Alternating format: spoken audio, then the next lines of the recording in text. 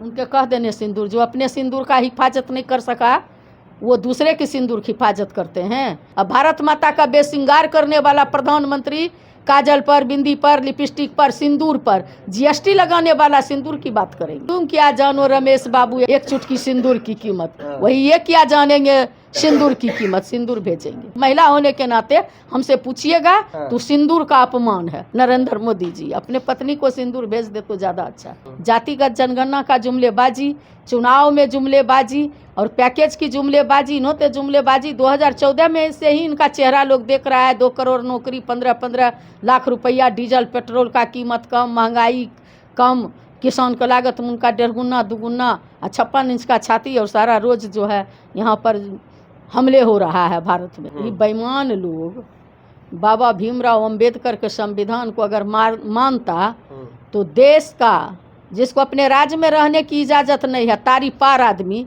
अंबेडकर करता, तो ये लोग हमारे संविधान को कब माने हैं? गरीब गुरबा के अधिकार और हक की बात कब किए हैं? देश के प्रधानमंत्री नरेंद्र मोदी आज बिहार पटना आ रहे हैं और पटना में रोड शो करेंगे। ऐसे में ऑपरेशन सिंदूर को लेकर पूरा देश में चर्चा हो रहा है कि ऑपरेशन सिंदूर के नाम पे बीजेपी वोट मांगेगी। वैसा ही हुआ, पूरा पटना में पोस्टर से ऑपरेशन सिंदूर के नाम पे पाट दिया गया है। और कुछ दिन पहले भी दिलीप जायसवाल बोले थे कि इस पे नरेंद्र मोदी जिक्र करेंगे और वैसा ही हो रहा है। हमारे साथ बात करने के लिए आरजेडी एमएलसी उर्मिला ठाकुर है। आज नरेंद्र मोदी पटना आ रहे हैं मैम, कैसे देख रहे हैं? पूरा पटना में ऑपरेशन सिंदूर का पोस्टर लग गया है। नरेंद्र मोदी पहली बार पटना तो नहीं आ रहे हैं, वो तो कई बार ही नहीं, उनका पूरा टारगेट है कि बिहार, पूरे देश को हम जीत लिए हैं लेकिन बिहार का मेरा जीतना बाकी है।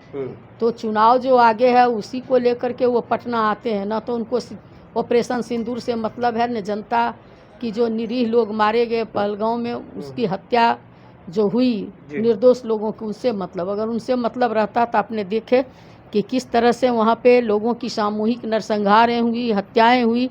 और नरेंद्र मोदी जी बिहार में आकर के मधुबनी में अपना भाषण दे रहे थे, चुनावी जुमलेबाजी कर रहे थे। तो इससे साफ जाहिर होता है कि नरेंद्र मोदी जी को आम आवाम के अमन चैन सुख शांति से कोई मतलब नहीं है। उनको मतलब है कि हमारा एन केन प्रकार किस तरह से जो अचेता अवस्था में बिहार के मुखिया जो मुख्यमंत्री हैं उनके कंधे पे रख करके जी बंदूक चला रहे हैं, वो पूरा कब्जा इनके हाथ में कैसे आ जाए, तो उसके लिए आ रहे हैं। बिहार के विकास से, बिहार के आम आवाम की सुरक्षा से आप देख रहे हैं कि कब किसकी हत्या हो जाए, कब किसके साथ जो है महिला हो, कोई सुरक्षित नहीं है, किसके साथ कब सामूहिक गैंगरेप आम बात हो गई है। जब से ये डबल इंजन की सरकार यहाँ बनी है, नरेंद्र मोदी जी के देख रेख में नीतीश कुमार जी बने हैं, तब से बिहार में अभी तक में 67,000 नागरिकों की हत्या हो गई है। आज पूरे जगह त्राहिमाम है। ये कहते थे हम लोगों के राजपाट को, जब गरीबों का राज था तो जंगल राज, लेकिन ये अभी जो है राक्षसी राज शुरू हो गई है। राक्षसी राज है जिसे दिखाई नहीं पड़ता है और मानव से डरने लगा है। यही आलम जो है आज बिहार का है और इसी के लिए बिहार के लोग नरेंद्र मोदी आ जाएं। आपने देखे कि 36 हेलीकॉप्टर एक हेलीकॉप्टर के पीछे घुमा, उसके बाद भी बिहार की जनता के प्रति मैं आपके चैनल के माध्यम से आभार व्यक्त करना चाहती हूं, जिन्होंने आदरणीय तेजस्वी प्रसाद यादव जी को सबसे बड़ी पार्टी के रूप में चुनने का काम किए, बल्कि बिहार का मुख्यमंत्री बना दिए। लेकिन ये एन केन प्रकार साजिश के तहत जो है हमारे नेता को सत्ता से बेदखल करने का काम किया। बड़ी पार्टी, आज भी हमारी पार्टी सबसे बड़ी पार्टी के रूप में होने के कारण यहाँ की जनता पूरा मंच बना चुकी है कि 2025 में तेजस्वी जी को ही बढ़ता बिहार, उगता बिहार, विकसित बिहार, युवा बिहार के लिए तेजस्वी जी को मुख्यमंत्री बनाने का काम करेंगे। नरेंद्र मोदी टाइटे फीस हो जाएंगे। खबर चल रही है कि नरेंद्र मोदी बिहार में बड़ी सौगात देंगे। जब जब चुनावी आती है तब तब इनको सौगात याद पड़ता है। काहे न विशेष राज्य का दर्जा, विशेष पैकेज और देना ही था, तो हमारे आदरणीय नेता बाबू तेजस्वी प्रसाद यादव जी 75% जो आरक्षण भेजे हैं उनको नमी अनुसूची में क्यों नहीं शामिल कर दिए? हमारी जब इस राज्य की पहली महिला मुख्यमंत्री आदरणीय राजमाता राबड़ी देवी जी ने जिन जातियों को अनुसूचित जाति में शामिल करने के लिए, अनुसूचित जनजाति में शामिल करने के लिए भेजे, आज तक नरेंद्र मोदी क्यों नहीं कर रहे हैं? जातिगत जनगणना का जुमलेबाजी, चुनाव में जुमलेबाजी और पैकेज की जुमलेबाजी, इन्होंने जुमलेबाजी 2014 में से ही इनका चेहरा लोग देख रहा है। 2 करोड़ नौकरी, 15-15 लाख रुपया, डीजल पेट्रोल का कीमत कम, महंगाई कम, किसान का लागत उनका 1.5 गुना 2 गुना, 56 इंच का छाती, और सारा रोज जो है यहाँ पर हमले हो रहा है भारत में। तो क्या बोलेंगे? ये इनका चुनावी जुमला है। जनता पूरी तरह समझ चुकी है, उसको समझाने की ज़रूरत नहीं, इनका कोई चारा नहीं चलेगा।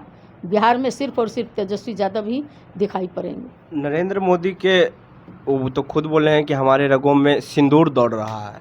उनके कह देने सिंदूर, जो अपने सिंदूर का हिफाजत नहीं कर सका वो दूसरे की सिंदूर की हिफाजत करते हैं। वो पहले अपनी पत्नी को हिफाजत कर पाए, जसोदाबेन को रख पाए, वो तो बेईमान आदमी है।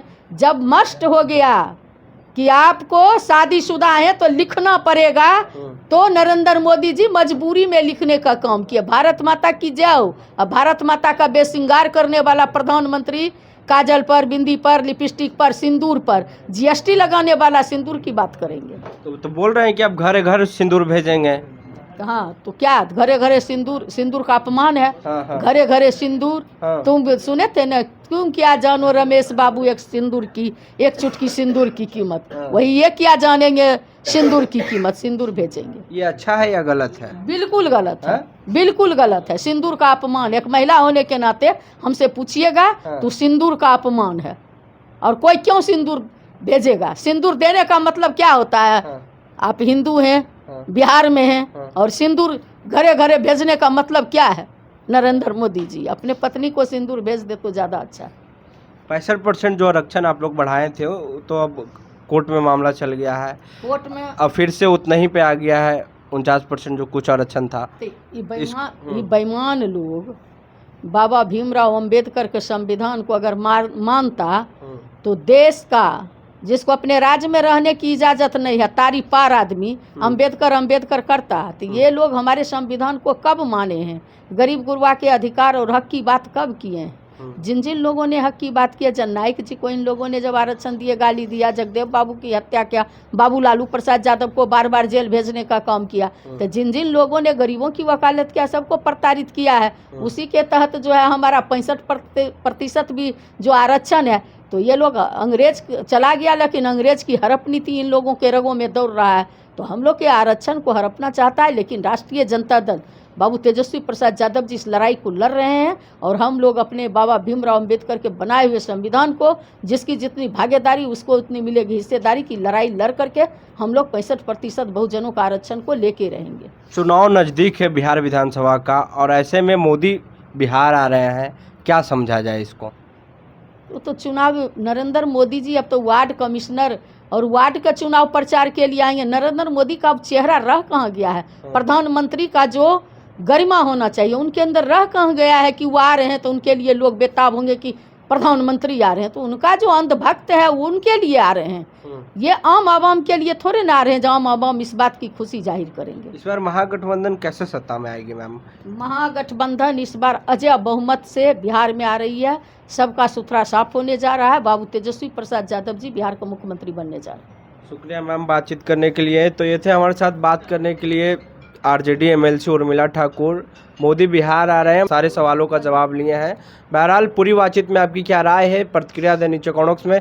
नेशनल दस्तक के लिए अमन, पटना। दस्तक की आपसे गुजारिश है कि अगर इसको बचाना चाहते हैं तो नेशनल दस्तक को सब्सक्राइब करने के लिए रेड कलर के सब्सक्राइब बटन को दबाएं, फिर बेल आइकन की घंटी दबाएं। नेशनल दस्तक को बचाने के लिए बहुत जरूरी है कि हर खबर को शेयर करें, लाइक करें, कमेंट जरूर करें।